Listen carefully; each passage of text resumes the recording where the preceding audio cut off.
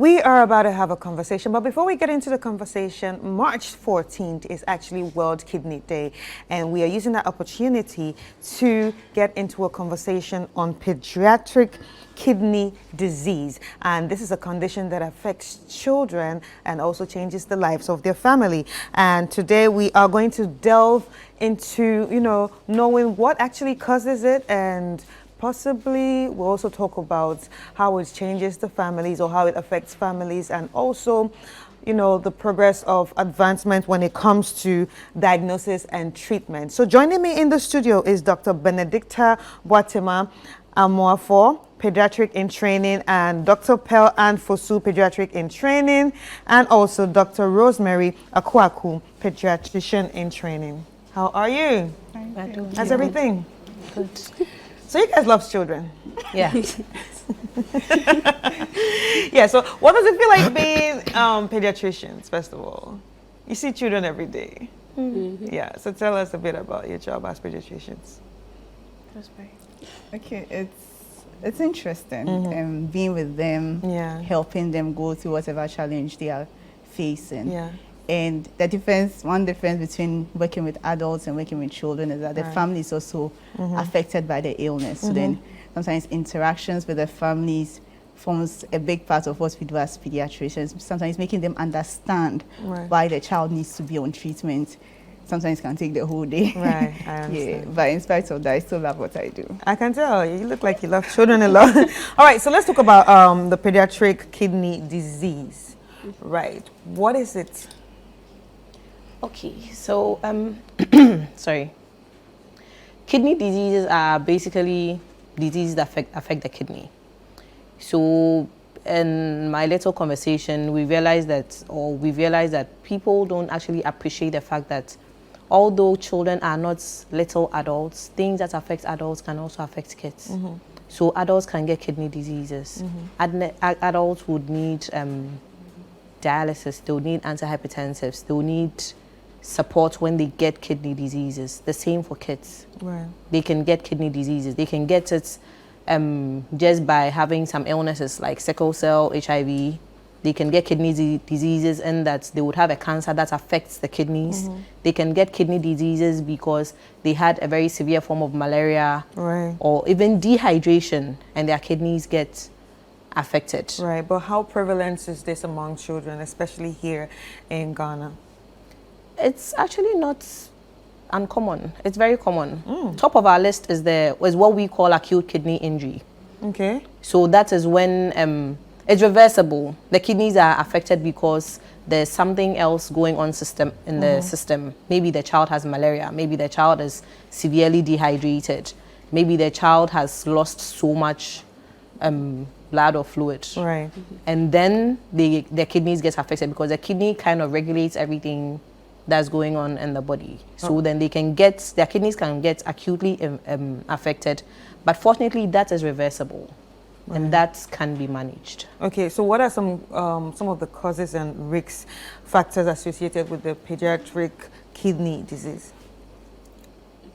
So with the pediatric kidney diseases, locally, the common causes are infections such as malaria.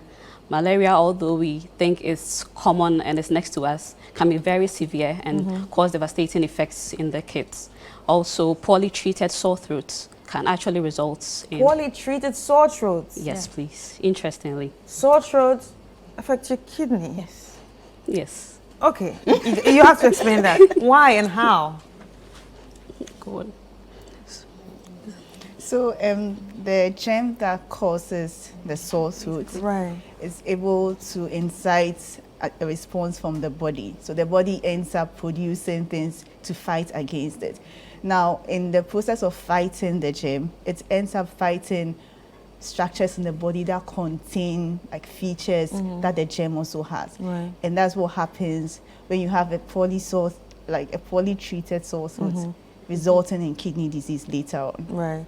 Yeah. So what are some symptoms that parents should look out for? Especially here in our world, we don't rush to the hospital when something's really happening, but we tend to look out for symptoms first. So what are some of the symptoms that parents should look out for? Okay, so first and foremost, is the child producing urine? Yes. So you have to monitor the urine. Yes, you have to make sure that the child is producing urine. So sometimes the mom will come and will ask her, oh, and mothers can tell, is your child producing urine? Sometimes they actually come and they tell you that my child is not producing urine because, I mean, if you've told them before because you're expecting something, they will come. So for a baby, how many wet diapers are you changing? Right. Not the one stained with stool, like wet diapers. For a child who can speak, how many times does a child tell you that I want to use? Pee, yeah. Yes. So is a child producing urine? Yeah. And then has a urine color changed? We all know it's supposed to be pale to maybe the color of beer or a bit dark if you haven't drunk a lot of water. So when it changes, if it's either red, like blood, or a little bit dark, then you know that there's a problem. Yes. And then I know there's this Akan proverb that says that when you pee at a place, then it foams. Your urine is not supposed to be foaming. No. Okay. There's not supposed to. So if you see the foam. Okay. So we actually have like something on the screen. So that's the color spectrum of the urine. The extreme right is what we don't want to see. That is blood and urine. It's a bit bloody, yeah? Yeah. Right. The child depicted there is basically at the, I don't want to say extreme, but that is how the child can present.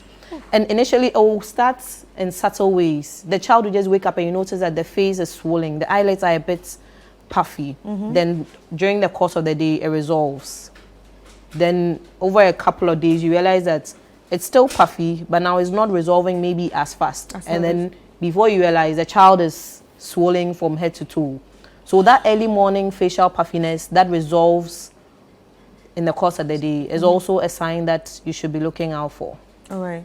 So now, obviously, with the picture that we just saw on the screen, that's the one the mother would come immediately. That's a lot to handle. So how or what kind of psychological and emotional impacts do you have to deal with, mostly with the parents? So it's very hard. So sometimes when they come, and by the time they get to our end, in hospital, they would have gone to a number of facilities, would have had to spend a lot of money. So already they are feeling frustrated that the little money that they have, they've had to spend it on this illness and they are not making a headway.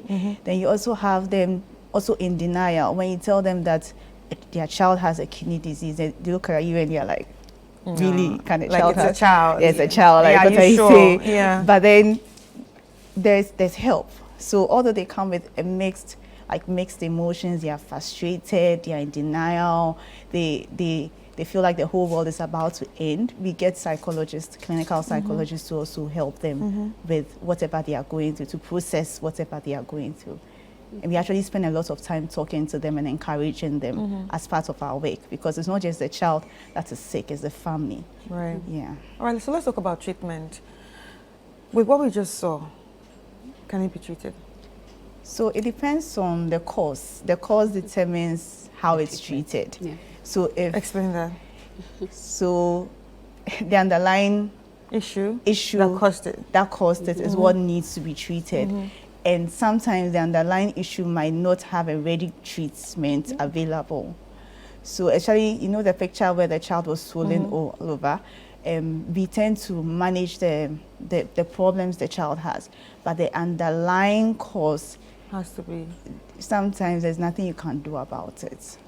What are some of those underlying causes? So the underlying cause, it could be a genetic cause. Maybe the child was born with it, something that happened as the child was being formed, the kidneys were being formed.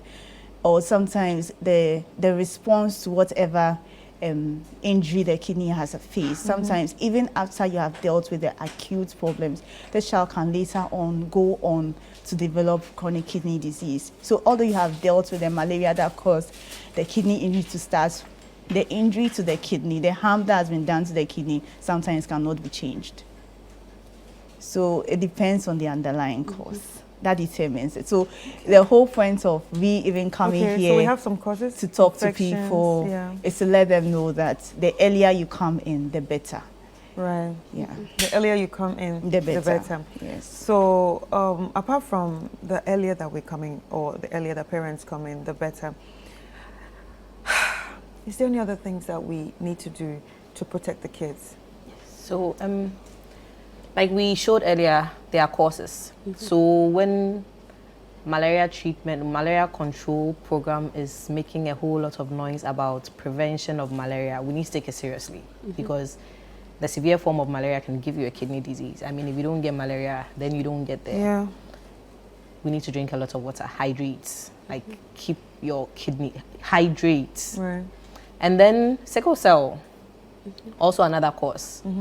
Preventable, even though we don't want to talk about it, but it's, I get it.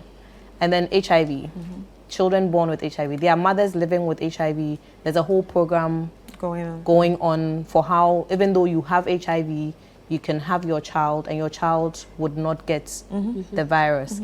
Malignancies like cancers, unfortunately, we can't do anything about it. If it's genetic and you're born with it, also we can't do much about it. Our medication practice, going over the counter, keep buying ibuprofen, diclofenac, herbal drugs, all of those things. The slightest headache, oh, I'm going to take para, oh, I'm going to take diclo, I took this drug and it worked for me. There's 2 pills left over. Let me give it to my child. Those kind of things. And then you're giving adults doses to children because you took it. You haven't sought medical advice and you're just giving it to your child because it worked for you. All right. Yeah. Okay, so Little Kidney Matters. Yes. What is it all about and what are you doing? Okay, so Little Kidney Matters. So we are currently second-year pediatric residents at Kolebu. Yay. And thank you. And from my experiences throughout, since we started our rotation, we've realized that there are children, should I say sick but needy children, who for unfortunate circumstances have had kidney injuries, and due to mainly their socioeconomic status of their family, are unable to afford dialysis, which could have helped them go a long way and help them recover. I can think of a number of children. I can remember 3 children who came in at around the same time. 2 had severe malaria, which as a result, they had developed acute kidney injury. The other had poorly treated sore throat, as I mentioned, and also had acute kidney injury. But then, and they all needed dialysis. Unfortunately, only one of them could afford dialysis and was able to go home early enough. The rest couldn't. Apart from that, in the wake of all this, October last year, October 2023, there was the media threw lights on dialysis and its issues. I'm sure we can all remember the issue at Cape Coast and also Talman, the teaching hospital. And it's all basically due to the absence of pediatric centered dialysis units in Ghana, mainly in Ghana, if I should put it that way. So currently, with this and our experiences, and also not forgetting the cost of dialysis, the increase in the cost of dialysis just recently, we decided that as a year group, we want to create this advocacy project that would help raise funds to we want to set up a fund to help with the pediatric dialysis for children and also to help operationalize pediatric dialysis in Kolebu. Right. Okay, so how can people reach out? You know, how can people help? So we currently have a bank account and we also have a Momo account that we would project as well. Okay. And then you can also come to Kolebu. Okay. You can, the children's block, yes. All right, the children's block. The children's block, yes. And we can ask of Little Kidney Matters. Yes, if you ask of the second year residents, any of us would be glad to. Yeah, so you have to help. So do you have the Momo of? Yes. Okay. Yes, yeah. please. All right. It's shown on the screen. Okay, it's shown on the screen. All right. So cool. No problem. I think that really works, and I want to say congratulations to each and every one of you. I can't wait to come to your hospitals in the future. Bring my kids. And but you can mention the number again one more time. So for those who did not get it. So the Momo number is 0543 135313. Again, 0543 135313. All right. Thank you so much. The name is Acute. Okay. Thank you. Thank you. She's one of us. So. Okay, sure, no problem. Thank you so much. It was really nice having you here. Thank you for having And us. also, God bless you for this advocacy, because it's not easy with what you're doing, and I'm sure you see a lot, but thank you so much. And more grease to your elbows. Okay, ladies and gentlemen, so we've been speaking to Dr. Benedicta Boatima Amwafo and Dr. Pearl Ann Fosu, and lastly, Dr. Rosemary Akwaku, all are pediatricians in training. And we've been speaking on pediatric kidney disease. So please, after watching and you feel like there's anything happening to your child that you are not very sure of, please go to the hospital. Don't self-diagnose, don't self-medicate and do all that. Please go to the hospital right now.